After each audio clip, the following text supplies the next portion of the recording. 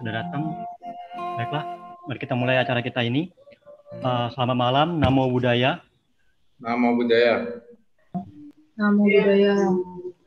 Oke, baiklah sebelum kita memulai acara Permuridis Dhamma Talk ini, izinkan saya untuk memperkenalkan diri. Saya Andre Wiranto, anggota generasi ke-8 dari Permuridis. Nah, di sini awalnya saya akan menjelaskan bentar untuk rule dari Permuridis Dhamma Talk ini. Yang pertama adalah para peserta harap open kamera dan kemudian unmute mic-nya untuk menjaga kekondusifan Dhamma Talk. Yang kemudian kedua, setiap pertanyaan silakan diajukan melalui private chat ke Ivana. Ini ada namanya PMD Ivana Deslawati, itu boleh langsung di private chat ke dia.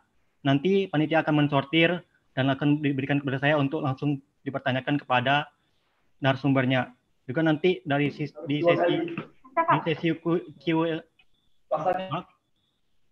di sesi Q&A nanti juga bisa raise hand untuk bisa langsung interaksi kepada narasumbernya secara langsung. Kemudian yang ketiga, untuk setiap peserta diharap mengganti nama di Zoom-nya menjadi dengan format instansinya underscore nama lengkap, karena akan dimasukkan ke dalam e-sertifikat masing-masing.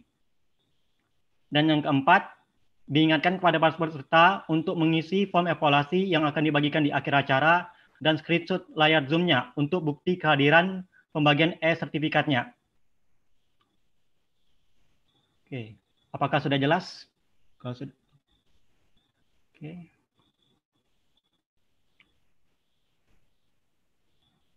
Nah, untuk Permuridis Dhamma Talk kali ini kita mengangkat tema mengenal lebih dekat dengan Buddha dan Dharma, yang mana kita mendatangkan narasumber kita yaitu Pak Dharma Haji Chomas dan yang sudah bergabung sama kita. Namo Buddhaya, selamat malam Pak Dharma Haji. Halo Pak Dharma Haji. Selamat malam. Oke, selamat malam Pak. Bagaimana kabarnya Pak? Baik. Oke, luar biasa. Sudah siap ya Pak? Sudah. Senang hari ini memang agak padat sih. Oke Pak. Sebelum kita mulai kita membacakan doa dulu ya Pak. Ya silakan. Agar jalannya Dhamma Talk ini bisa lancar. Oke, untuk doa itu akan dipimpin oleh Tessa Lorencia. Kepada Tessa dipersilakan. Untuk memulai doa pada hari ini, marilah kita bersikap anjali dan melafalkan namaskara gata. Arahang sama sambuddho bhagawa buddhang bhagawantang abhiwademi. Swakato bhagavata dhammo dhammang namasami. Upatipano bhagavato sawaka sangho sanghang namami. Semoga acara hari ini diberkati dan dapat berjalan dengan lancar. Semoga para peserta dapat memperoleh manfaat dari kelas Dhamma hari ini. Sabe sata wawantu sukitata. Semoga semua makhluk hidup berbahagia. Sadu, sadu, sadu. Baiklah, terima kasih kepada saudari Tessa. Kita lanjutkan ke acara inti kita, yaitu Dhamma Talk, dengan tema mengenal lebih dekat dengan Buddha dan Dharma. Untuk Pak Dharmaji, pada waktu dan ruang virtual ini kami persilakan Pak. Oke, terima kasih Pak. Terima kasih Andre, dan juga terima kasih kepada semua mahasiswa yang telah bergabung. Namo Buddhaya. Ini ada sebuah acara yang sangat bagus sekali untuk agar kita lebih mengenal agama Buddha lebih dekat ya. Hari ini saya akan mencoba memabarkan atau memperkenalkan agama Buddha seakan-akan Anda tidak mengenal agama Buddha. Jadi bagi yang sudah mengenal agama Buddha, ya bisa menambah pengetahuannya tentang agama Buddha.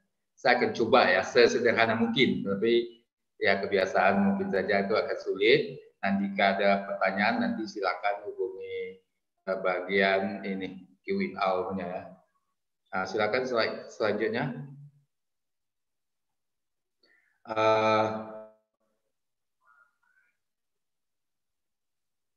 sekitar agama Buddha atau Buddha Dharma itu juga disebut dengan Buddha Sasana atau artinya itu adalah ajaran Buddha atau agama Buddha. Pada awalnya itu sebenarnya tidak ada yang kita sebut sebagai agama Buddha.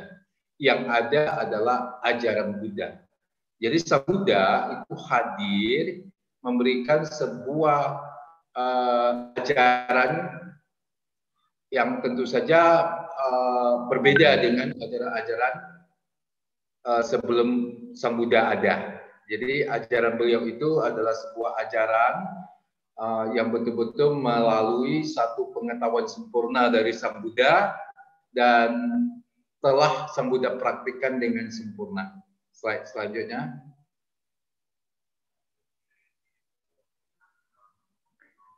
Itu sekitar 25 abad yang lalu ya atau lebih ya ada sebuah revolusi intelektual dan religius. Sebenarnya pada zaman Sang Buddha itu atau zaman Sang Buddha itu kepercayaan orang kepada Tuhan ya kepercayaan orang kepada pimpinan-pimpinan agama itu sudah ada. Namun pada masa itu puncak ada sebuah puncak kekuasaan itu berada di ada namanya satu mereka itu namanya apa tuh itu para Brahmana ya mereka menjadi satu kasta tertinggi. Nah mereka itu memonopoli seluruh ritual-ritual keagamaan. Nah mereka melakukan satu diskriminasi yang luar biasa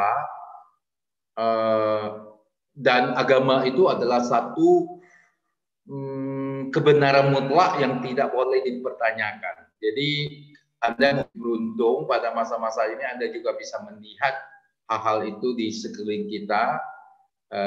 Ada beberapa ajaran agama atau beberapa aliran agama lain, ya bukan agama Buddha. Mereka itu menganggap bahwa kebenaran itu tidak bisa diperdebatkan atau kebenaran itu tidak boleh disinggung sama sekali. Kebenaran itu hanya boleh diterima dan dijalankan. Seakan-akan itu merupakan sebuah dosa yang sangat besar sekali ketika Anda mempertanyakan kebenaran agama. Dan itu terjadi 25 abad yang lalu ya atau 26 abad yang lalu kepada zaman Sang Buddha. Sehingga ketika Sang Buddha datang, Sang Buddha melakukan satu sistem pengajaran yang berbeda. Bahwa sumber ajaran beliau itu tidak berasal dari suatu makhluk suci atau berasal dari suatu sistem kepercayaan sebelumnya. Namun Sang Buddha mengatakan bahwa apa yang beliau pahami itu sepenuhnya merupakan pengalaman dan pengetahuan dari beliau tercerahkan. Jadi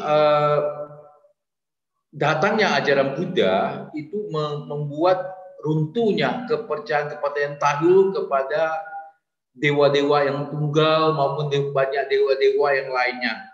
Dan kemudian kekuasaan dari kependetaan kalau waktu itu adalah Brahmana itu juga diruntuhkan oleh Sang Buddha.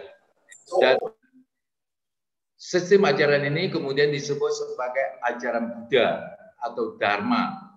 Nah, suatu agama yang tidak berpegang kepada satu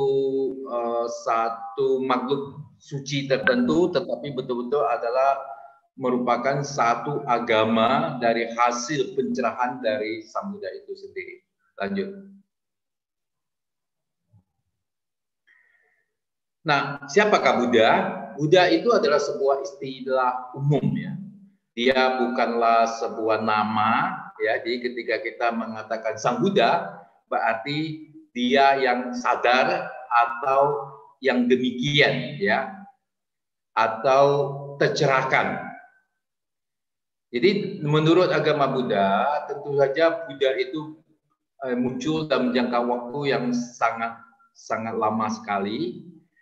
Nah, Buddha seperti Buddha Gautama ini adalah sama Buddha atau manusia Buddha. Selain sama Buddha, masih ada lagi disebut Pacika Buddha, yaitu Buddha yang mencapai pencerahan dengan kemampuannya sendiri, tetapi dia tidak bisa membimbing orang lain untuk mencapai hal yang sama. Sedangkan sama Buddha itu bisa membimbing siswanya hingga mencapai kesempurnaan seperti yang dicapai oleh Sang Buddha. Dan Buddha yang hasil bimbingan dari seorang manusia Buddha seperti Sang Buddha Gautama atau Buddha Sakyamuni ini, itu disebut dengan Sawaka Buddha. Lanjut. Nah, Buddha Sakyamuni itu dilahirkan dengan nama Siddhartha dengan keluarga Gautama, maka dia disebut juga Siddhartha Gautama. Dan dia juga dari suku Sakya, maka orang menggelarnya sebagai Sakyamuni atau yang suci dari suku Sakya. Nah, beliau lahir di Taman Lumini. Ayahnya bernama Raja Surodana yang menguasai sebuah suku ya. Jadi sebenarnya ada beberapa ya, seperti Bhikkhu Bodhi menganggap bahwa Raja Surodana ini di tempat disebut sebagai kepala suku ya, kepala suku dari suku Sakya. Tapi masa itu Raja Surodana ya tetap dianggap sebagai raja dari suku Sakya dan mereka bersahabat dengan suku-suku yang lainnya. Ibu dari Pangeran Siddhartha itu bernama Dewi Mahamaya. Jadi Pangeran Siddhartha yang kelak menjadi Sang Buddha ini benar-benar ada dalam sejarah dan seduru dari tempat-tempat mulai dari beliau lahir, beliau mencapai penerangan sempurna, beliau wafat dan sebagainya itu sampai hari ini tempat-tempat itu bisa kita kunjungi. Jadi ini bukanlah sosok yang legendaris ya. Nah, di dunia ini kan ada beberapa guru agung itu diragukan orang pernah ada di dunia ini.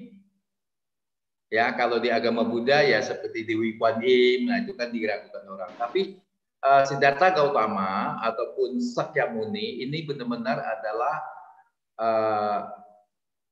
pelaku sejarah. Jadi dia bukan hasil rekayasa dari sekelompok orang.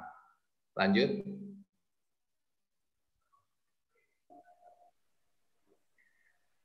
Kitab suci agama Buddha itu bernama Tipitaka dalam bahasa Pali atau Tripitaka dalam bahasa Sanskerta. Tipitaka bahasa Pali itu kitab suci agama Buddha dibagi atas 3, itu Sutta Pitaka, Abhidhamma Pitaka, dan Vinaya Pitaka. Nah, Sutta Pitaka ini adalah kumpulan khotbah Sang Buddha dan juga sebahagian dari murid-murid utama mereka yang sudah mencapai arahat ya. Dan itu dikumpulkan di dalam Sutta Pitaka. Kemudian Abhidhamma Pitaka berisikan ajaran-ajaran yang lebih tinggi yang merupakan konsep filsafat dari agama Buddha. Kemudian Vinaya Pitaka itu berisikan aturan-aturan belum habis itu ya. Vinaya Pitaka berisikan aturan-aturan dari untuk biku-bikuni ya, aturan-aturan untuk biku-bikuni. Itu untuk Tipitaka Pali.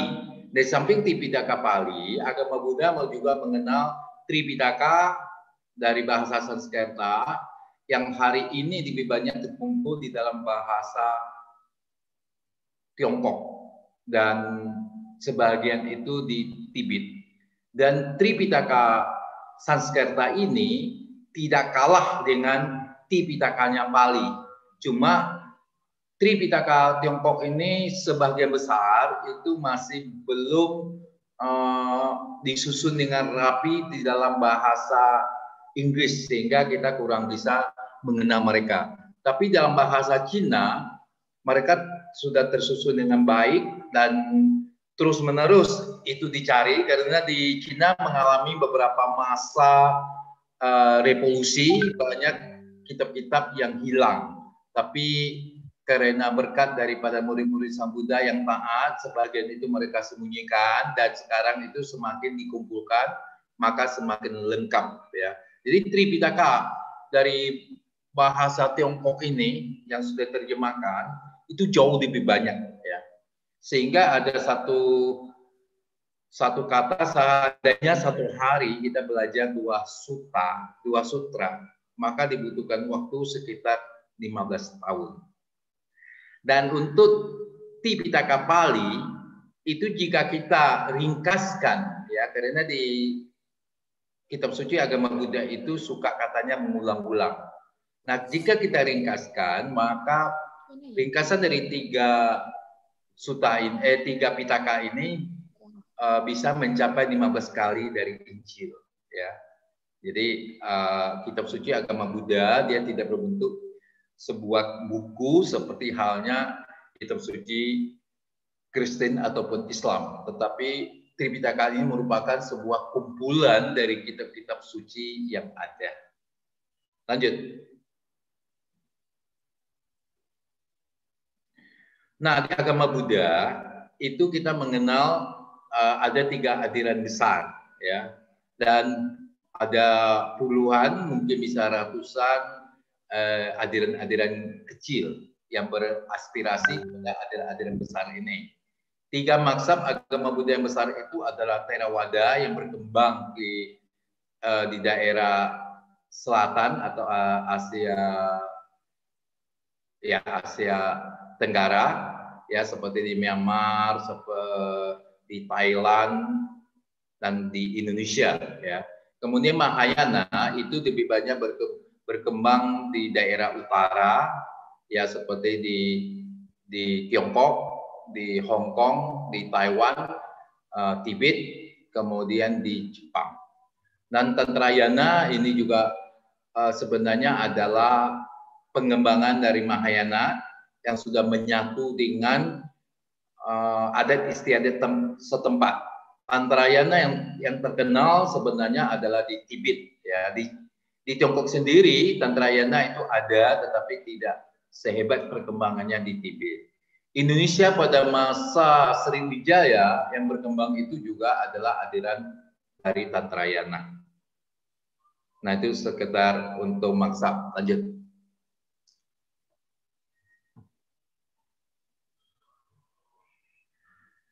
Nah, kita sekarang akan masuk kepada intinya ya.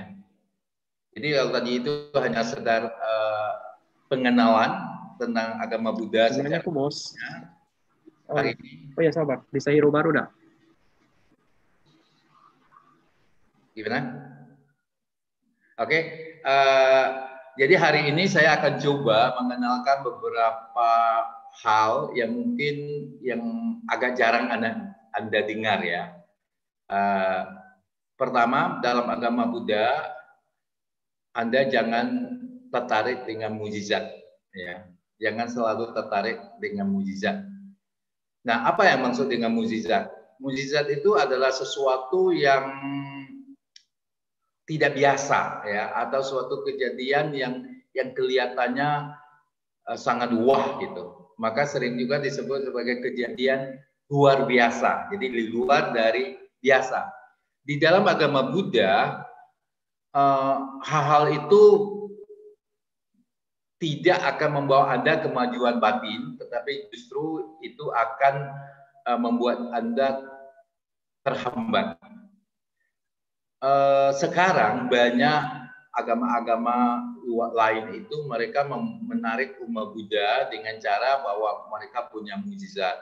Mereka bisa menyembuhkan orang, mereka bisa banyak hal ya, bisa membuat Anda lebih bahagia dan sebagainya. Tapi semua itu sebenarnya di dalam agama Buddha dengan aliran-aliran yang berbeda itu di dalam agama Buddha itu ada ya.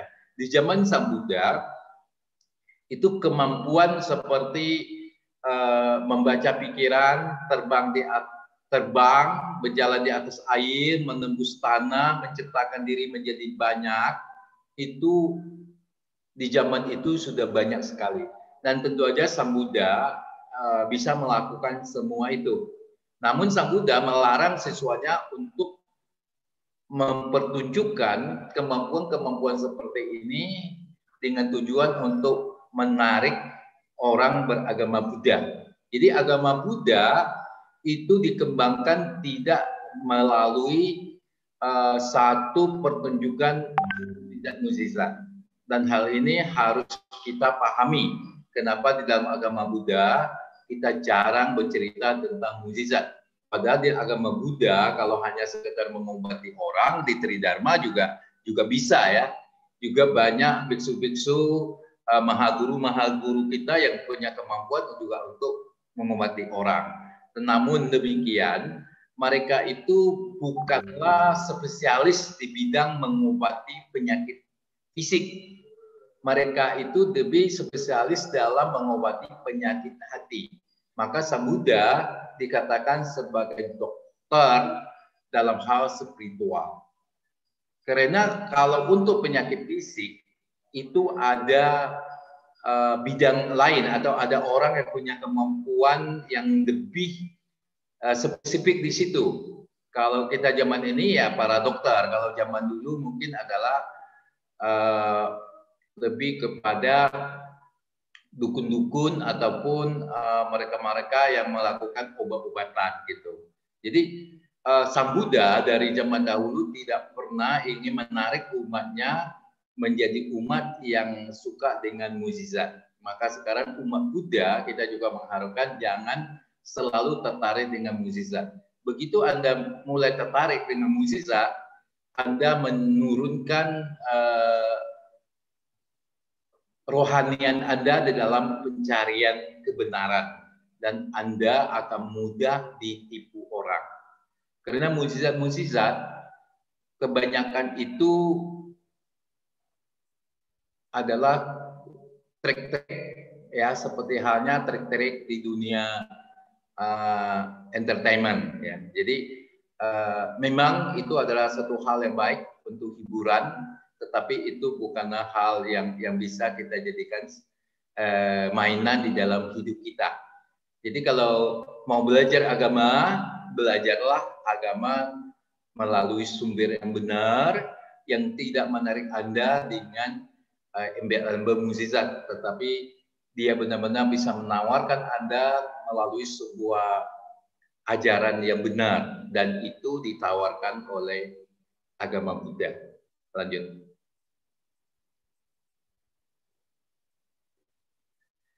Satu hal yang menarik dalam agama Buddha ini adalah bahwa kalau Anda ingin masuk surga, Anda tidak harus hanya beragama Buddha.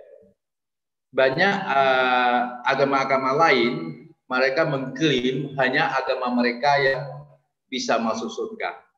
Tapi Sang Buddha adalah luar biasa sekali. Beliau tidak pernah mengklaim bahwa hanya ajarannya yang bisa masuk surga. Sang Buddha justru mengatakan kepada kita semua bahwa semua orang bisa masuk surga, tidak bergantung agama apapun yang Anda anut. Jadi masuk surga atau tidak masuk surganya Anda tidak bergantung kepada agama yang anut. Karena surga itu adalah akibat dari perbuatan Anda yang baik. Ya, jika Anda melakukan kebaikan-kebaikan yang tidak dilandasi oleh kesalahan, kebencian, dan kebodohan, maka Anda bisa menjadi penghuni surga. Demikian juga jika Anda melakukan perbuatan-perbuatan yang dilandasi oleh keserakahan, kebencian, dan kebodohan, apapun agama yang Anda anut, ya Anda mungkin akan menjadi penghuni neraka. Namun di sini surga dan neraka dalam paham agama Buddha itu bersifat tidak permanen. Jadi tidak hanya karena sebuah perbuatan baik kecil lalu Anda masuk surga, lalu Anda abadi di surga. Atau karena Anda salah, Anda melakukan satu kejahatan kecil lalu Anda masuk ke neraka dan Anda abadi di neraka. Dalam agama Buddha, surga dan neraka itu juga tidak abadi. Karena itu sesuai dengan apa yang kita lakukan. Nah, sehingga agama Buddha tidak pernah mengklaim untuk masuk surga Anda tidak harus menjadi umat Buddha. Di agama apapun Anda bisa masuk surga. Demikian juga di agama apapun Anda bisa masuk neraka. Jadi surga dan neraka tidak ditentukan apa agama Anda, tapi surga dan neraka ditentukan apa yang Anda lakukan dan apa motivasi dari atau landasan yang membuat Anda melakukan perbuatan itu. Lanjut.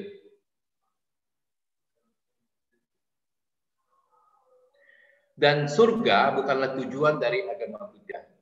Karena agama Buddha menganggap bahwa surga itu bukanlah sesuatu yang bersifat abadi. Walaupun ada beberapa surga yang bisa berumur berjuta-juta tahun atau miliar tahun. Tapi ketika waktunya tiba, ketika karma baiknya habis, nah dia mungkin saja juga akan terlahir di alam yang lainnya. Jadi surga bukanlah tujuan utama bagi umat Buddha. Maka Anda tidak perlu tertarik kalau ada agama-agama yang menawarkan Anda masuk agama saya dan Anda akan bisa masuk surga. Nah, sebenarnya siapapun bisa masuk surga asal dia melakukan perbuatan-perbuatan yang baik. Jadi surga dalam paham agama Buddha itu bukanlah sesuatu yang kekal dan bukanlah menjadi tujuan utama kita. Tujuan utama dari agama Buddha itu adalah kebahagiaan yang tertinggi, yaitu mencapai satu padamnya nafsu-nafsu keinginan yang rendah, kemudian kita itu bisa memadamkan kebencian, keserakahan, dan kebutuhan. Jadi ketika kebencian, keserakahan, dan kebutuhan itu menjadi tidak membenci, tidak serakah, dan tidak bodoh, nah itu adalah menjadi tujuan dari agama Buddha. Lanjut.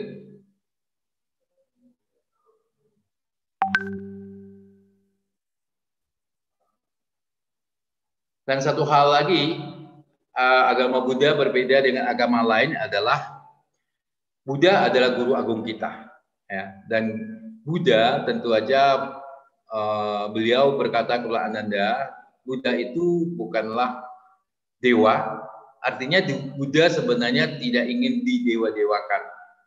Buddha tentu aja bukan Tuhan, dan juga bukan anak Tuhan, dan juga bukan utusan Tuhan.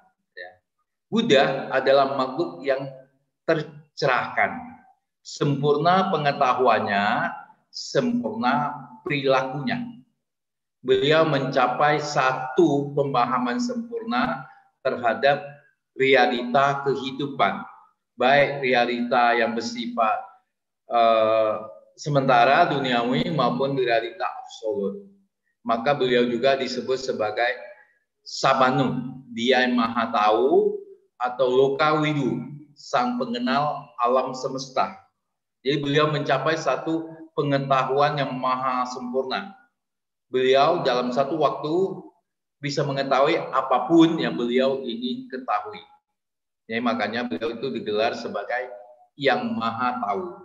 Namun demikian, beliau tidak serta-merta menjadi makhluk supernatural. Namun sekarang umat Buddha, kenapa memuja Buddha? Kita memuja Buddha lebih daripada karena kita itu mengagumi atau merasa hormat dengan guru agung kita. Beliau adalah contoh dari manusia yang sudah memanfaatkan potensi dirinya sehingga menjadi manusia yang sempurna yang kita sebut sebagai Buddha. Dan kita semua, Sang Buddha mengatakannya, dan Sang Buddha menjaminnya, kita semua bisa menjadi Buddha. Ini yang tidak bisa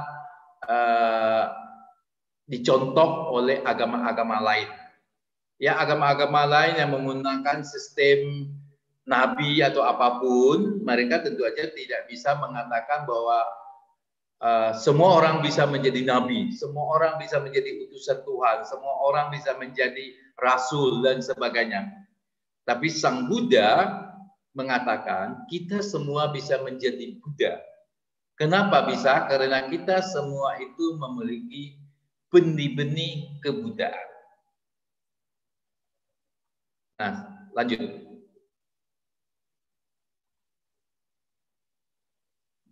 Dan kemudian yang ini mungkin adalah merupakan satu slide yang terakhir, ya.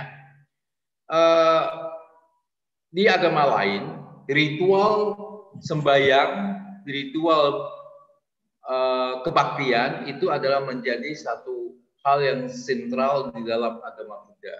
Tapi di agama Buddha, ritual-ritual itu hanyalah ornamen, ya, pelengkap untuk kepentingan pengembangan dari rasa spiritualitas umat manusia. Jadi berbakti puja di dalam agama Buddha lebih kepada menghormati yang pantas dihormati. Jadi di dalam Manggala Sutta, Sang Buddha mengatakan bahwa menghormati yang pantas dihormati itu adalah satu berkah utama. Namun berbakti puja dalam agama Buddha bukanlah untuk memohon. Nah, banyak umat Buddha karena kebiasaan tradisional itu memang sulit untuk melepaskan diri dari cara berpikir bahwa ketika kita berbakti puja atau ketika kita melakukan puja kepada Buddha, itu adalah tujuannya untuk memohon. Tapi di dalam agama Buddha, tujuan kita berbakti puja itu lebih banyak kepada kita berusaha menghormati mereka yang pantas dihormati. Kemudian kita juga ingin memunculkan pikiran-pikiran baik sehingga pikiran-pikiran kita itu menjadi jernih dan kita menjadikan kehidupan kita lebih baik di dalam menghadapi kehidupan yang nyata. Jadi di dalam agama Buddha, puja bakti tidak berfungsi untuk mendapatkan berkah ataupun sebagainya. Namun berkah itu bisa kita dapatkan dengan mengembangkan perilaku baik, pikiran baik, dan ucapan baik. Jadi jika kita ingin mendapatkan berkah, mendapatkan kebaikan, maka kita harus mengembangkan tiga saduran ini, yaitu mulai dari berpikir baik, berucap baik, dan berbuat baik. Dan semua itu untuk dasar Anda bisa melihat dari 8 jalan utama. 8 jalan utama itu ada 3 ruas pengembangan, yaitu pengembangan pandangan, pengembangan kehidupan ataupun sila, dan pengembangan batin itu samadhi. Jadi kalau pandangan benar dan pikiran benar itu lebih ke pengembangan kebijaksanaan, yaitu pengetahuan yang benar. Saya rasa secara singkat demikian saja dari saya. Waktu yang ada mungkin bisa digunakan untuk tanya jawab. Saya kembali kepada moderatornya. Silakan. Oke, baik, terima kasih Pak. Wah, gimana teman-teman, Bapak-bapak, Ibu-ibu, semua sudah jelas apa yang tadi dikatakan? Kalau belum jelas, kita masuk ke sesi yang kita tunggu-tunggu, yaitu Q&A, sesi question and answer. Nah, di sini Pak sudah beberapa yang masuk pertanyaan-pertanyaannya. Itu pertama, bentar ya Pak, saya lihat. Oke, ini ada dari Satria Pak. Satriani dari Permudiris, Pak. Nih, pertanyaannya seperti ini, Pak. Banyak ditemukan fenomena bahwa kita sebagai umat Buddha juga menjalankan ajaran agama Konghucu, seperti memuja dewa-dewi, bakar kimchua, dan lain-lain. Apa penyebab dari hal ini? Mengapa agama Buddha memiliki begitu banyak miripan dengan ajaran Konghucu? Bahkan terkadang kita menganggap diri kita sendiri sebagai bagian dari umat Konghucu dan juga Buddha. Apakah sudah jelas, Pak? Oke, cukup jelas pertanyaannya. Oke, baik. Langsung saya jawab ya. Oke, boleh, Pak. Bakar kimchua, kemudian apa lagi? Kyoutang, lutang, ya, tiuciang. Nah, itu sebenarnya bukan ajaran Konghucu. Ya. Ajaran Konghucu lebih ke pendidikan, seperti ajaran tentang bakti, tentang 5 budi pekerti, 8 budi pekerti, 5 relasi, 8 budi pekerti itu ya tentang bakti, tentang kepercayaan, ya, sindiong, ya, mempertahankan kepercayaan. Kemudian di 5 relasi ini adalah hubungan anak dengan orang tua, hubungan guru dengan murid, hubungan antara bawahan dengan rajanya, hubungan antara raja dengan rakyatnya. Jadi itu ajaran Konghucu. Sementara ya kimchua lah, tiautang dan sebagainya itu sebenarnya adalah tradisional Tionghoa. Ya, kalau kita katakan itu adalah dari agama Taoisme juga sebenarnya kurang cocok. Agama Taoisme memang mengenal namanya Uihu, Diamciu, ya, mantra Diamciu. Uihu itu adalah ini apa istilahnya itu, ya, satu tulisan, ya, satu tulisan atau disebut suatu kode-kode tertentu. Nah, itu memang dari Taoisme, tapi itu ada ajaran-ajaran tersendirinya. Nah, sementara ajaran-ajaran yang kita lihat sekarang di kelenteng-kelenteng itu bukan milik Konghucu dan juga bukan milik umat Buddha, tapi itu adalah milik orang Tionghoa. Cuma agama Buddha Tiongkok, kalau Anda ikut dengan saya selalu ingin mengedepankan agama Buddha Tiongkok. Agama Buddha Tiongkok itu memang berbeda sedikit dengan agama-agama tradisional yang ada di dunia ini, ya. Agama Buddha Tiongkok ketika dia masuk ke Tiongkok, awalnya agama Buddha itu sulit berkembang, terutama dari aliran Theravada di Tiongkok itu tidak bisa berkembang karena mereka ingin mempertahankan ajaran itu seperti di negara asalnya di India. Kemudian di abad-abad ke-8 atau 9 itu oleh Songchang, ya, biksu Tripitaka, Samcong. Nah, yang suka dengan cerita Tiga Sungoko, itu cerita dongengnya. Tapi Songchang itu betul-betul adalah pelaku sejarah. Jadi dia betul-betul pernah ada. Tapi ceritanya tentu tidak sama dengan cerita perjalanan ke barat itu, ya. Walaupun di situ ada kiasan, tetapi Songchang ini betul-betul memang pernah ke barat, bukan ke barat, ya, ke India, gitu. Dan di tangan beliau itu ya agama Buddha itu dijemput. Kemudian sebenarnya bukan di Songchang. Songchang itu ngambil kitab suci dari barat.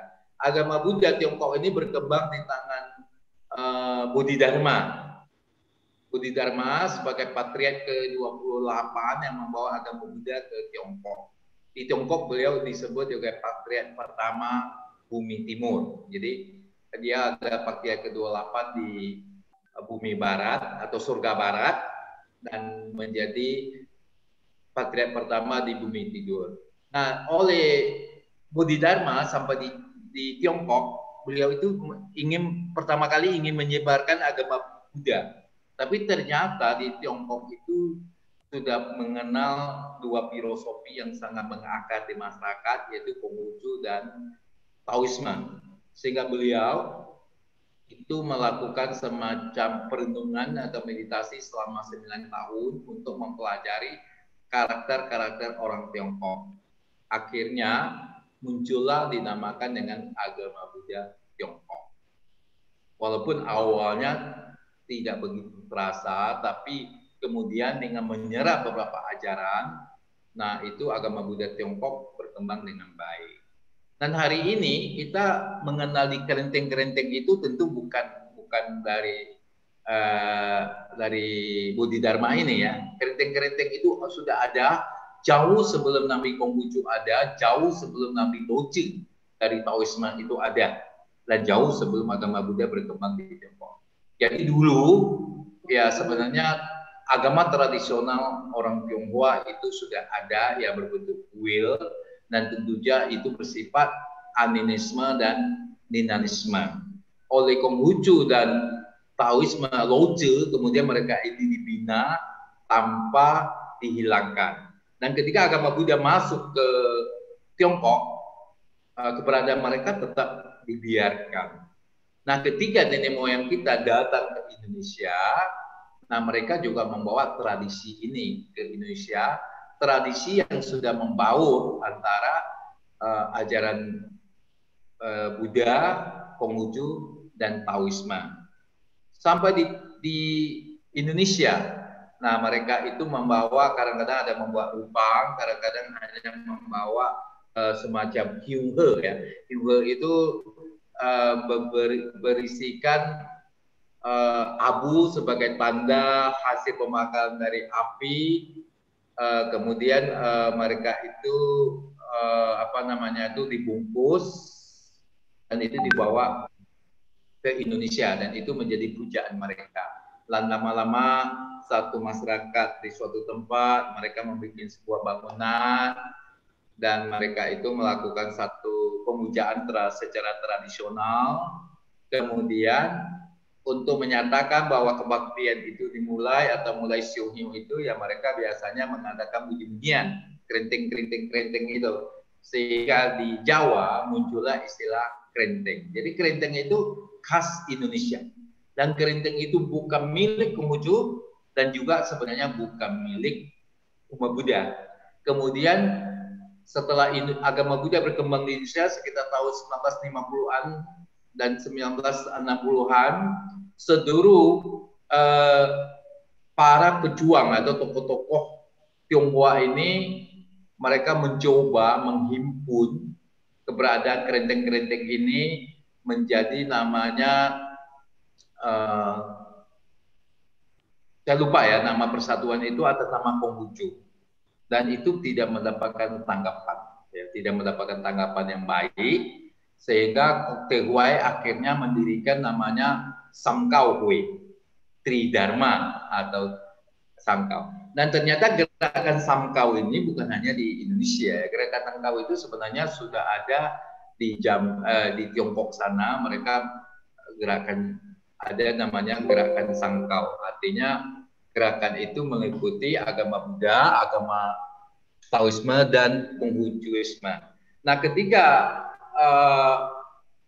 Kotekhoi ini melakukan satu gerakan Samkau, dan ternyata itu mendapatkan sambutan yang luar biasa, baik dari umat Buddha, umat tradisional atau umat Konghucu kalau mereka ingin mengatakan Konghucu, atau umat dari Taoisme, sehingga agama ini berkembang dan kerenteng terlindungi. Nah, setelah agama Buddha tambah kuat, akhirnya agama Buddha memiliki direktur agama Buddha. Dan tentu saja kerenteng-kerenteng ini harus disatukan di bawah naungan direktur urusan agama Buddha, sehingga muncullah satu aliran disebut dengan Tridharma. Jadi tradisional Tionghoa kalau boleh kita katakan itu sebenarnya lebih ke Tridharma daripada kita menyebutnya Konghucu ataupun Buddhisme. Sebab kalau kita menyebutnya Konghucu atau Buddhisme, orang Taoisme juga ingin mengatakan itu adalah dari Taoisme. Karena tradisi Uihu, tradisi Tiaotang, tradisi Diamjiu itu adalah tradisi Taoisme. Jadi kalau Anda tidak percaya, Anda boleh kunjungi kerenteng, cari yang tua-tua yang mengerti, Anda boleh bertanya mereka itu sebenarnya apa. Dan mereka kebanyakan mengaku mereka itu Taoisme daripada mengaku dia Buddhisme ataupun Konfusianisme. Gitu. Tapi karena dia di bawah naungan daripada Departemen Agama, khususnya Dirjen Mimas Buddha, maka ini dianggap sebagai bagian dari agama Buddha. Demikian, semoga bisa menjawab. Oke, nah bagaimana Satria, bagaimana? Bisa di-unmute, bisa itu menanggapi? Udah sangat jelas tadi, bagaimana Satria? Halo Satria? Kalau tidak ada boleh dilanjut, nanti kalau Kalau memang boleh. nggak ada, kita anggap aja sudah jelas ya Pak. Oh ya, dah, ini sudah jawab. Terima kasih atas jawaban. Oke. Nah, selanjutnya itu Pak, ini ada pertanyaan dari Pak Edi Jonathan. Kira-kira dari ini pertanyaan menarik nih Pak. Kira-kira Pak Edi ingin menyampaikan langsung Pak, langsung interaksi ke Pak Darmajinya. Pak Edi Jonathan itu bisa di-unmute-nya. Iya Pak, selamat malam Pak. Malam, silakan Pak Edi. Malam Pak Darmaji Komas, nama budaya Pak. Nama budaya. Ya, dan juga semua teman-teman panitia. Pak Darmaji, saya juga tidak mau ketinggalan, ingin ikut belajar juga mendalami ajaran Buddha Dharma. Jadi tadi siang saya ada kirimkan pertanyaan kepada saudari Ivana. Jadi isi pertanyaannya adalah bahwa agama Buddha seiring waktu kan berkembang begitu maju Pak ya. Ya. Ya. Jadi bisa kita lihat itu seluruh provinsi juga ada vihara-viharanya, termasuk kader-kadernya juga ramai. Jadi satu tantangan buat kita semua, bagaimana kita ke depannya bisa menjaga keharmonisan, kerukunan lintas agama, baik agama Buddha dengan agama lain ataupun agama Buddha dengan dimensi-dimensi di dalamnya. Karena agama Buddha sendiri merupakan ajaran yang besar, jadi tentunya butuh semacam strategi bagaimana kita terus untuk menjaga kerukunan ini sehingga ajaran Buddha Dharma bisa berlanjut, lestari, Pak Darmaji. Ya. Nah, kira-kira demikian poin yang ingin saya pertanyakan, Pak. Terima kasih, Pak Darmaji. Nama budaya. Baik, terima kasih Pak Edi atas pertanyaannya. Ya, kalau yang saya tangkap itu adalah bagaimana agama Buddha bisa menjaga kerukunan dan keharmonisan ke depannya. Ya, kira-kira gitu ya. Iya, betul, Pak. Ya.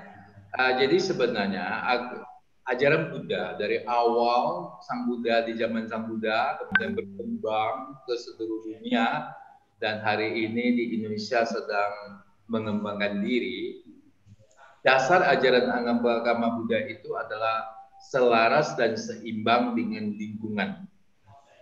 Sang Buddha tidak pernah menganjurkan kita untuk mengembangkan ajaran kita dengan melakukan kekerasan, apalagi menyakiti agama lain. Dan Sang Buddha juga tidak pernah menyebarkan ajarannya dengan cara menjelek-jelekan ajaran-ajaran lain. Dan tentu saja perilaku-perilaku ini harus menjadi teladan kita semua. Dan kita sampai hari ini, kita bisa melihat bahwa agama Buddha dimanapun dia ada, dan kalau saya tidak salah tahun lalu juga agama Buddha mendapatkan satu pengakuan merupakan agama yang paling harmonis di dunia, dan ini adalah satu kebanggaan bagi kita. Nah, kenapa dikatakan agama Buddha adalah agama yang paling harmonis? Pertama, agama Buddha tidak pernah disebarkan dengan cara kekerasan. Kedua, umat Buddha tidak pernah demi mempertahankan agamanya lalu melakukan satu tindakan kekerasan terhadap agama lain. Dan selama ini yang ada adalah umat Buddha itu ditindas. Itu yang ada.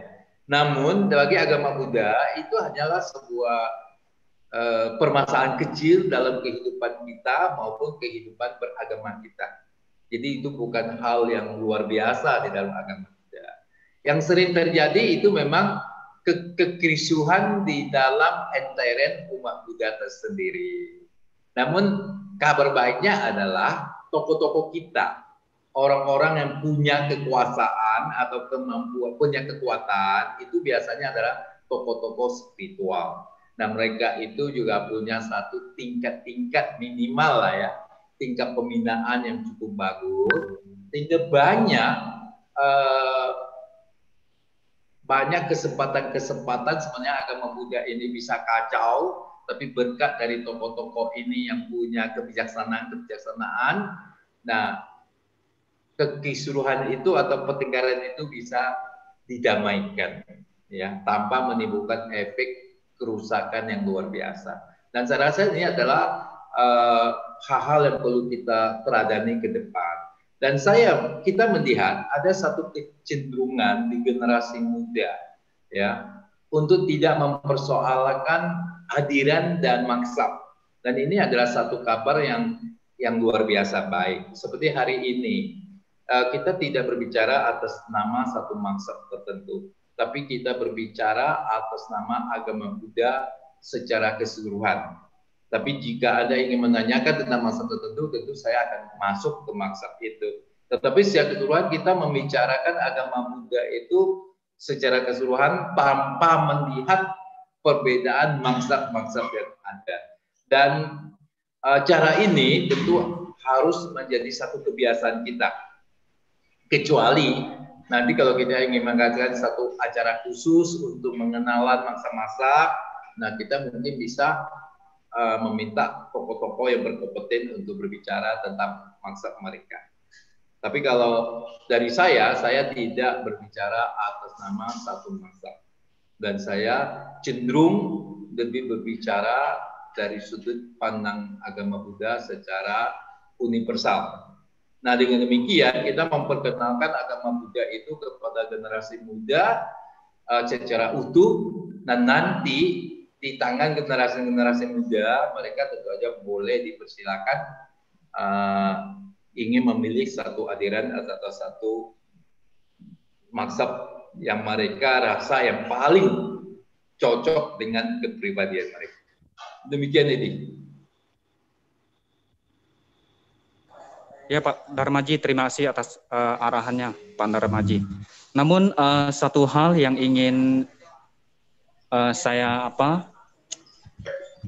tertarik untuk pembahasan dengan Pak Darmaji dan teman-teman adalah bahwa agama Buddha kan bernaung di bawah induk organisasi di DPP, Pak.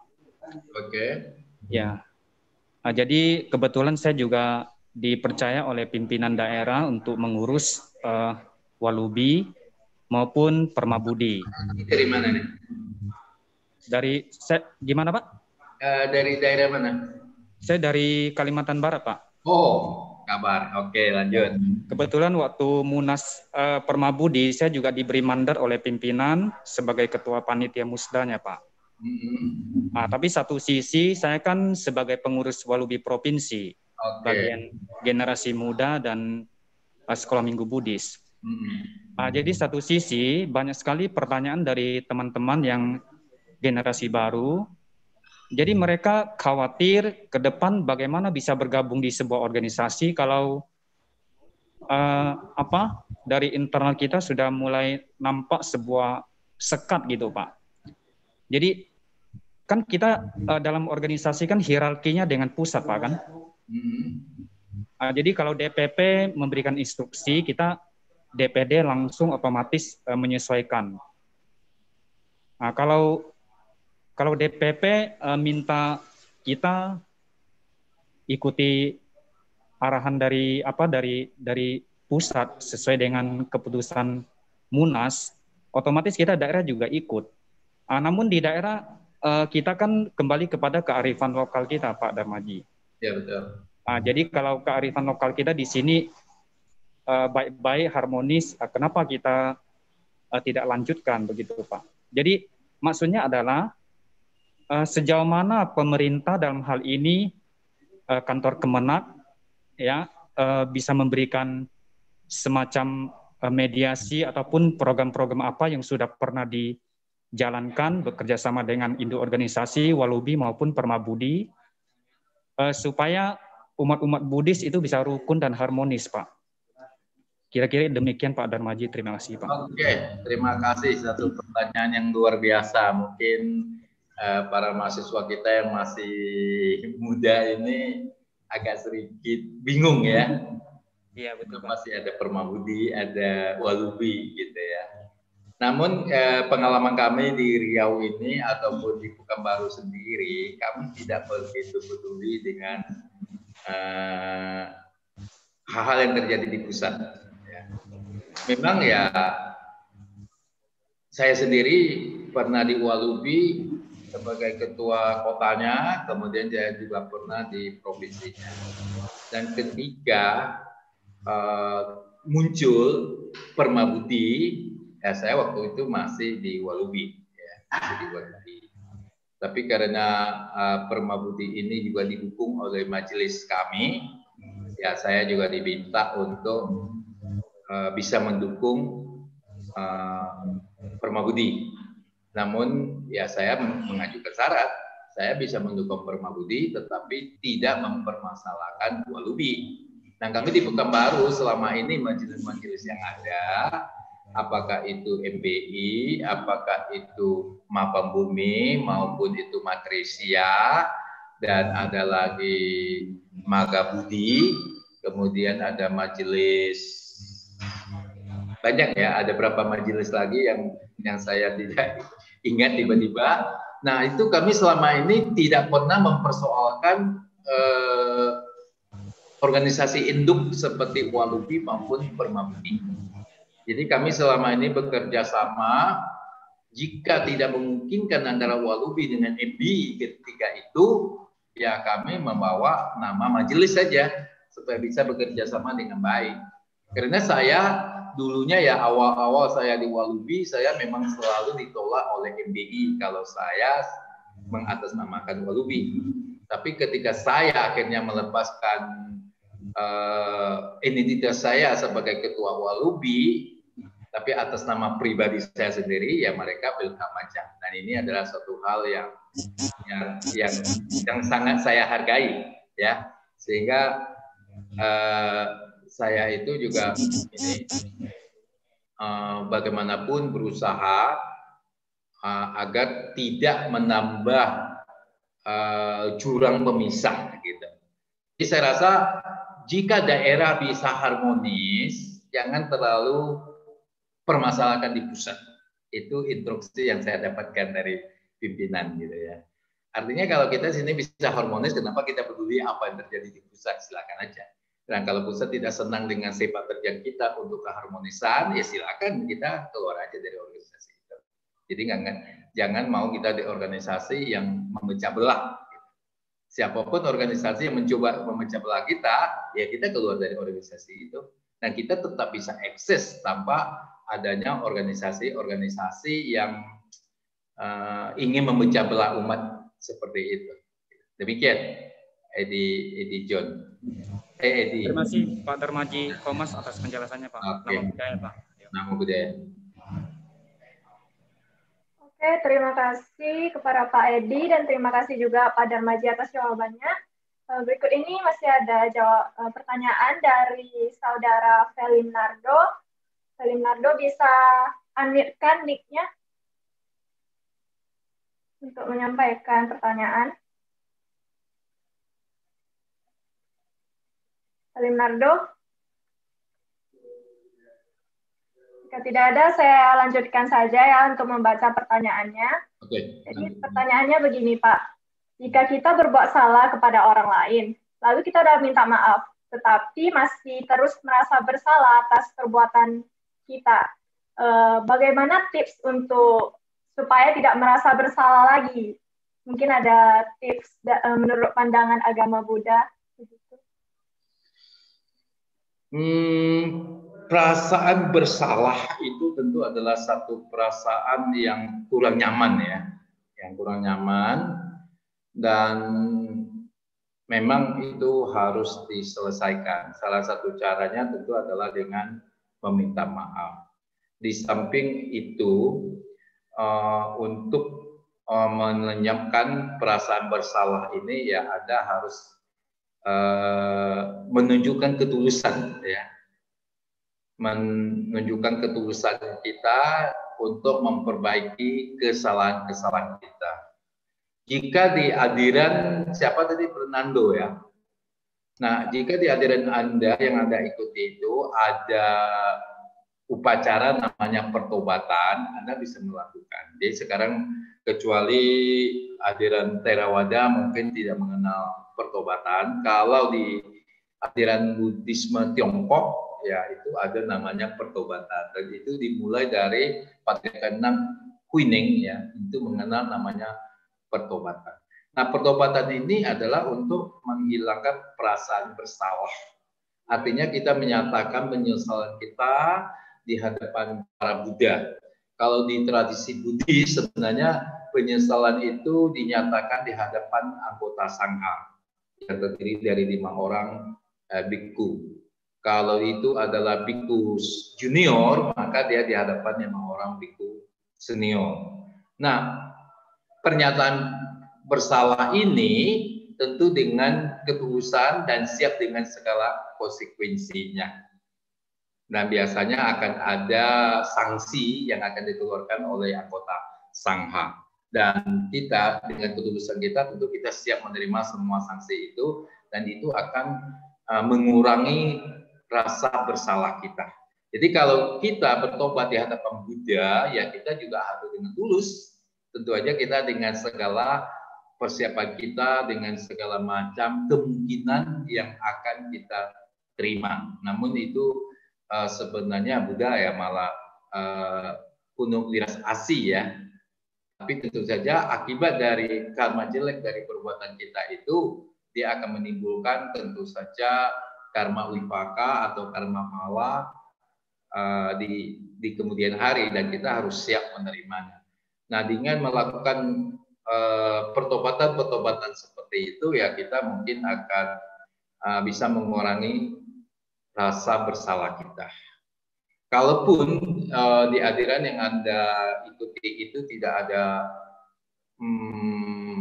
cara untuk pertobatan, mungkin kalau umpamanya si Theravada ya Anda bisa melakukan namanya patidana ya. Anda melakukan perbuatan baik dengan niat bahwa semua jasa dari perbuatan baik ini Anda limpahkan kepada orang yang Anda jahati menurut versi Anda gitu. Nah, dengan cara-cara seperti ini itu akan mengurangi penyesalan kita. Namun apapun yang sudah berlalu, biarkan nanti berlalu, dan kedepannya kita akan bertekad diri untuk tidak mengulang kesalahan yang sama. Itu sebenarnya inti dari pertobatan. Jadi apakah ada acara pertobatan atau tidak, sebenarnya kita pribadi bisa melakukannya seperti itu dengan satu tekad. Di masa depan saya akan lebih hati-hati untuk hal yang seperti ini. Demikian. Oke, baik Pak. Terima kasih Pak. Namo Buddhaya. Namo Buddhaya. Oke, baik. Berarti sudah jelas ya tadi, Pak Leonardo. Oke, Pak. Selanjutnya Pak, untuk pertanyaan ini Pak, ini terkait juga nih Pak dengan keadaan kita sekarang Pak. Ini pertanyaannya dari Anton. Saya bacakan ya Pak pertanyaannya. Apakah wabah virus corona yang merajalela sampai ke seluruh dunia merupakan karma massal bersama menurut pandangan agama Buddha? Dan bagaimana sikap kita sebagai umat Buddha menanggapi wabah ini? Terima kasih Pak. Boleh disebut demikian, tapi tidak sepenuhnya semua itu juga, tidak semua juga akibat karma. Tapi dalam agama Buddha, karma itu adalah satu hal yang dominan, terutama yang disebut dengan karma massal. Tetapi sebenarnya ini juga merupakan satu siklus kehidupan di muka bumi ini. Jadi ada masanya dia terus berkembang, ada masanya dia mengalami permasalahan sehingga perkembangannya terhambat, dan nanti ada masa pemulihannya. Jadi semua itu merupakan satu siklus kehidupan kalau kita ingin melihatnya secara lebih luas. Tapi kalau kita ingin melihatnya dari sudut pandang manusia, kita boleh katakan ini adalah karma massal manusia. Maka untuk mengurangi efek daripada corona ini, ya kita juga harus melakukan satu karma massal kebaikan. Jadi ini adalah masanya bagi umat manusia untuk melakukan satu introspeksi diri, satu perubahan-perubahan. Nah, bagi mereka-mereka yang bisa merubah dirinya dan mereka yang bisa mengikuti irama kehidupan, tentu aja corona ini kadang-kadang bisa merupakan satu kesempatan bagi mereka. Seperti acara ini, kalau tidak ada corona, kita tidak akan bisa membuat suatu acara yang diikuti oleh banyak, ya, bukan hanya dari Pekanbaru atau Riau, tetapi kita juga ada beberapa orang dari luar daerah. Nah, ini adalah suatu hal yang sebenarnya sudah cukup luar biasa. Penulis tidak pernah melakukan satu acara Dharma Talk, walaupun sekarang Provinsi Riau pun tidak pernah. Tetapi hari ini bisa lakukan satu acara webinar dengan menghadirkan mahasiswa-mahasiswa dari hampir seluruh Indonesia. Jadi ini juga bisa disebut suatu acara nasional, dan ini adalah suatu prestasi yang kita dapatkan dari karena adanya wabah corona ini. Jadi wabah corona ini boleh disikapi sebagai suatu bencana bagi dunia, tetapi juga boleh disikapi adalah satu kesempatan perubahan perilaku bagi umat manusia. Jadi kemungkinan ya mereka-mereka yang tidak terlibat di dalam karma-karma jelek secara massal, ya itu akan mendapatkan manfaatnya. Tapi mereka yang terlibat dalam karma-karma jelek massal yang merusak tantangan kehidupan di bumi ini, ya mereka akan menerima wibaka yang tidak baik daripada wabah ini. Demikian. Oke, baik. Terima kasih, Pak. Nah, Pak, ini karena kita terbatas waktu, jadi kita dengan sangat menyesal sesi Q&A-nya harus diakhiri sampai sini ya, Pak. Boleh. Oke. Nah, masih banyak ya pertanyaannya. Masih ada beberapa, tapi karena sudah sangat terbatas waktu, kita harus akhiri sampai sini. Interupsi, Ko Andre, boleh ditambah satu lagi? Boleh? Boleh ditambah satu pertanyaan lagi. Oke, masih boleh tambah satu lagi ya? Ya. Oke, nah kalau satu lagi kita ambil pertanyaannya dari Bu Suryanti. Dari Bu Suryanti, kira-kira mau ingin menyampaikan langsung, Bu? Boleh. Selamat malam, Namo Buddhaya. Budaya. Ya Pak, tadi saya melihat materi yang tadi Bapak jelaskan, kita kan di agama Buddha dulu ada mempunyai kemampuan Pak, yang bisa menembus tanah, menciptakan diri menjadi banyak, terus ada yang berjalan di atas air. Nah, itu kemampuan itu apa maksudnya secara tiba-tiba atau memang ada pencapaian suatu ilmu gitu Pak? Baik, itu namanya abhina di dalam agama Buddha. Kemampuan-kemampuan seperti itu tentu saja tidak serta-merta datang kepada diri kita. Namun ada juga sih kemampuan itu merupakan bawaan dari pelatihan kita di masa lalu. Kemampuan-kemampuan seperti itu di dalam agama Buddha tidak ada hubungannya dengan kesucian. Jadi, kita ambil contoh Dewadatta.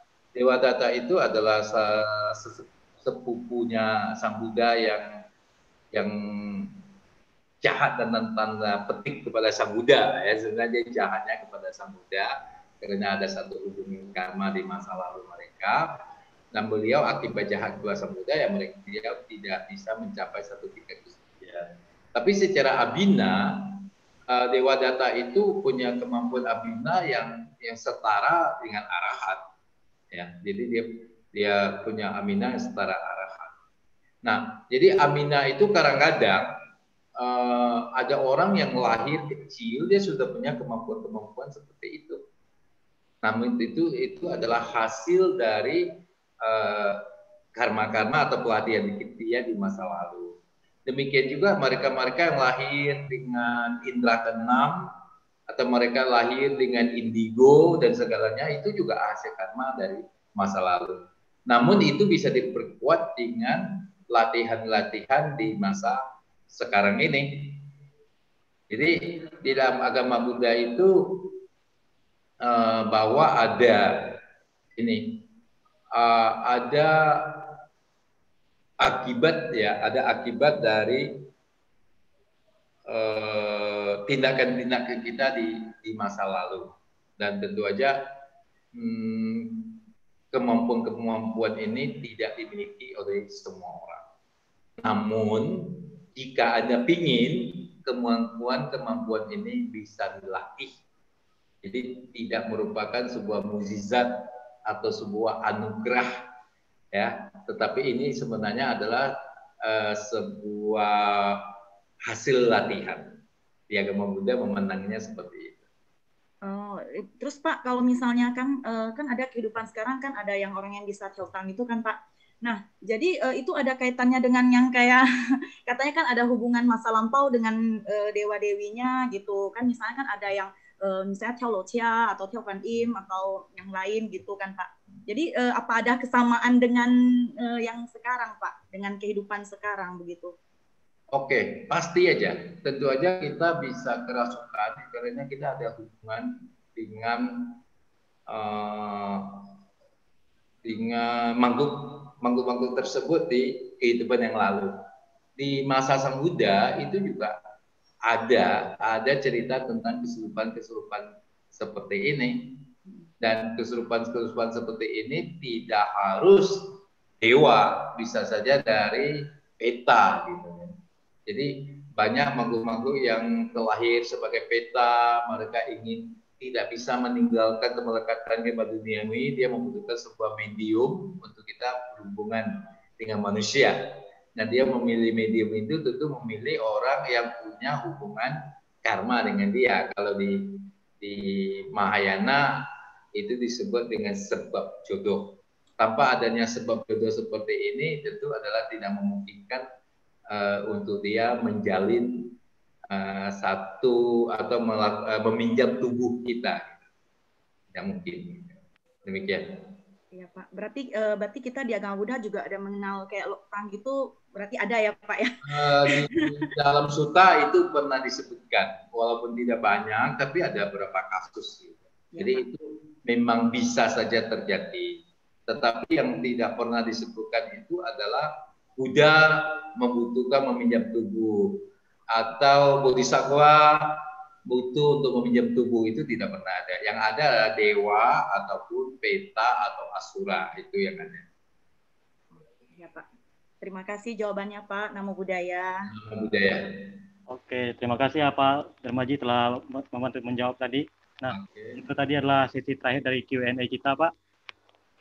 Oke, terima kasih ya Pak. Nah, untuk menutup, kami minta bantuan dari Pak Sonika sebagai pembina Permuridis untuk memberikan sedikit sepatah dua kata untuk menutup ini Pak. Kepada Pak Sonika, apakah bisa Pak? Oh, ternyata Pak Sonika hadir ya? Iya Pak. Ya, tidak dikasih tahu, jadi saya tadi tidak mengucapkan salam karena saya tidak periksa. Saya sangka semuanya mahasiswa.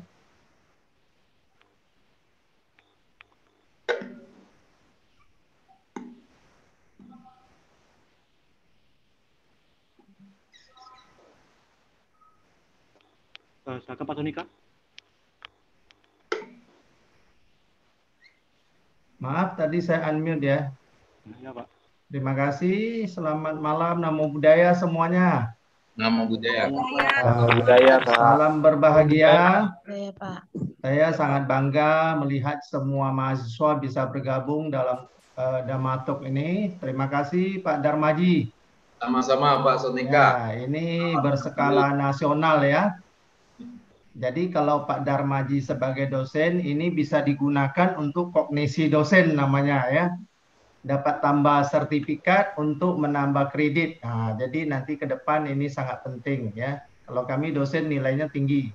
Jadi kami dari STAB tadi 2 hari ini berjuang habis-habisan untuk akreditasi lapangan, ya, lembaga. Jadi ini kelas berat bagi kami tadi menempuh terakhir sampai sore. Jadi untuk mahasiswa saya dari Universitas Riau ini satu apresiasi bagi kalian. Saya membina kalian memang sudah lama, tapi kegiatan gini tentu berbahagia sekali kita bisa ikut ya. Nah ini tadi bahkan saya menugaskan mahasiswa saya untuk kuliah besok nih Pak Darmaji. Oh. Ya, besok saya liburkan mahasiswa saya khusus mendengar dan mengerjakan tugas. Ya, apa yang dia dengar pada malam ini? Luar biasa. Nah, jadi langsung jalan. Jadi besok mereka saya liburkan untuk semester 1. Kalau misalnya dia tidak kerjakan tugas, ya tak dapat nilai Pak Darmaji. Ya, mesti begitu ya. Jadi minimal harus mengumpulkan 2 lembar halaman HPS ya. Nah, 2 lembar ya minimal ya. Jadi kalian mendengar dharma-dharma intinya, silakanlah ambil poin-poin pentingnya. Nah, ini penting ya. Jadi dalam peningkatan dharma, walaupun ini masih tingkat dasar, tingkat pemula, ya, hal-hal yang positif mesti terus kita tingkatkan. Baik, malam ini kita sudah cukup malam dan banyak dari daerah yang sekarang jamnya bukan jam 9 loh Pak Darmaji, ada yang jam 11 loh. Ya. Betul. Saya tahu nih ada yang wilayah jam 11 karena dia sudah lewat 2 jam. Ada yang 1 jam berarti jam 10 malam lah. Saya mohon maaf malam ini karena mahasiswa kita mengadakan kegiatan di malam hari. Ya mungkin siang hari sibuk ya. Saya kalau siang tadi pun saya hari ini menolak 2 tugas ya. Satu di Politeknik Kaltek Riau juga kegiatannya hari ini. Tadi sore saya tidak bisa ikut. Nah, ini untuk malam ini tadi saya full ada kerjakan Serdos lagi mengadakan semacam pengisian form sertifikasi dosen. Nah, ini juga usaha keras ya. Jadi mari kita bersama-sama mengembangkan agama Buddha, baik tingkat dasar, menengah maupun tingkat tinggi. Terima kasih sekali lagi apresiasi untuk mahasiswa saya. Nanti untuk ini tentu Pak Darmaji ya disiapkan sertifikat oleh mahasiswa ya dan Pak Darmaji nanti ke depan bisa mengikuti penilaian kognisi dosen juga bisa ikut namanya sertifikasi dosen ya. Selamat mahasiswa dan seluruh Indonesia semuanya semoga berbahagia dengan mengikuti Dharma ini dan kita harus sukseskan berikutnya bukan 1 kali bisa beberapa kali yang sifatnya terintegrasi antara beberapa kelompok mahasiswa. Nah, kebetulan di sini di Riau ada 3 kelompok besar, Permadis, Permuridis, 1 lagi Permatadis ya. Jadi Permuridis, Permadis, dan Permatadis. Semuanya ada dis. Nah, ditambah dengan STAB Maitreya Wira se-Indonesia. Nah, sekali lagi kita adakan mudah-mudahan 500 orang Pak Darmaji. Oke, mantap. Ini baru 100 lebih. Nah, itu ya, mudah-mudahan ditingkatkan. Baik, malam ini cukup sekian. Apabila ada kekurangan, saya atas nama pembina dari Permuridis tentu ya mohon maaf. Nanti kita tingkatkan yang lebih bagus lagi lah ya. Ya, secara nasional. Ini Pak Darmaji sudah berkompeten secara nasional. Jadi penilaiannya nanti tinggi ini ya. Baik, malam ini cukup sekian beberapa kata dari saya. Apabila ada kekurangan, mohon maaf. Dan itulah penjelasan saya, ya kita tetap belajar untuk Dharma, untuk kemajuan pengembangan spiritual. Tidak usah cari ilmu gaib, ilmu pintar, ya nanti semua pasti pintar karena punya pikiran yang hidup, ya. Asal kita hidup, semua pasti akan mencapainya dengan baik. Terima kasih, Namo Buddhaya, selamat malam. Yang jauh sana, ya mohon maaf sudah tengah malam mahasiswa saya bikin kegiatan ya. Malam, Pak. Sehat selalu semuanya. Jayo. Malam. Terima kasih Pak Sonika. Lanjut mahasiswa. Ya. Terima kasih Pak. Pak Tunika. Pak. Terima kasih Pak. Oke, selanjutnya kita akan masuki sesi terakhir kita yaitu foto bersama. Kepada para peserta diharapkan untuk bisa open mic-nya, kita akan foto bersama dari panitia. Oh ya, oke. Panitia apakah sudah siap? Halo. Oke, saya aba-aba. 1, 2, 3. Pak Susmalnya.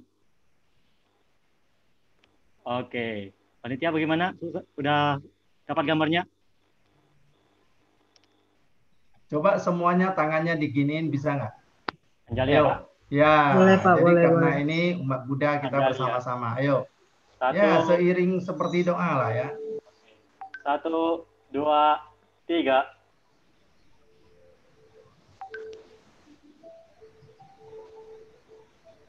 Oke, apakah sudah selesai panitia? Belum. 1, 2, 3. Oke. Oke, sudah selesai ya dari panitianya. Oke, untuk menutup dari ini saya berikan kesimpulan dari acara kita ini, Dhamma Talk mengenal lebih dekat dengan Buddha dan Dharma. Kita sebagai umat Buddha, kita harus mengenal lebih dekat mana Buddha dan Dharma. Bagaimana Buddha itu datang, bagaimana Buddha ini awalnya bukanlah sebuah agama, melainkan ajaran untuk kehidupan kita. Kita sebagai umat Buddha jangan mau dianggap sebagai Buddha KTP. Kita harus mengenal ajaran agama kita. Untuk kesimpulannya mungkin hanya itu yang dapat saya sampaikan. Kemudian untuk saya mengingatkan untuk terakhir kali kepada para peserta mengisi form evaluasi yang akan diberikan oleh panitia dan mengirimkan bukti screenshot layar Zoom-nya yang nanti akan untuk pembagian sertifikatnya. Oke, terima kasih kepada Pak Darmaji, terima kasih pada panitia, Pak Sonika, dan seluruh para peserta yang menyempatkan waktunya hadir. Untuk semua kesalahan, kekurangan, kami mohon maaf. Semoga Dhamma Talk ini dapat terus berjalan dan dapat menjadi semakin baik. Terima kasih. Namo Buddhaya.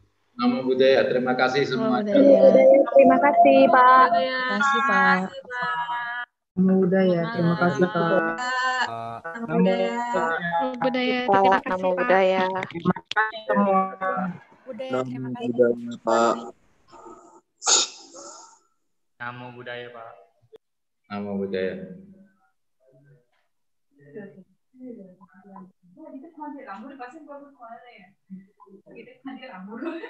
Lagi